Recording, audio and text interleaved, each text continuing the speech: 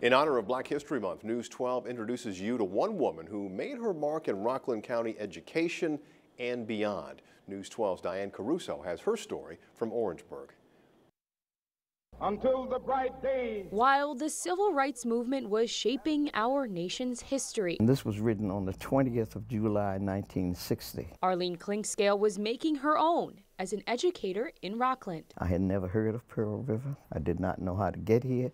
I didn't know anything about Pearl River, but I took the chance. Yet that's where her story begins, armed with a master's degree from Columbia University. This is my class in Pearl River. Clinkscale still has the picture of her first grade class when Pearl River hired her as the district's first black teacher. My salary became $7,000. Then she moved on to become East Ramapo's first black principal, where she focused on boosting morale after a strike divided the school. I was accused that we celebrated everything, that if anybody got a gray hair, we had a party.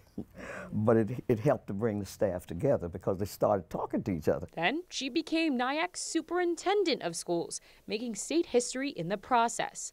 Along the way, she says she never let her skin color play a role. I have never allowed the fact that I was black to influence what I was going to do. My goal was to be a good teacher when I was teaching and to be a good principal when I became a principal.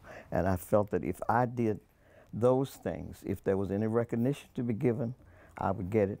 And if it wasn't any recognition, then so be it. Orangetown's own history maker recently honored Dr. Clinkscale for Black History Month. When I first got elected, first female town supervisor, Rockland County, people were like, trailblazer. That word sometimes gets used too easily. She's the real trailblazer.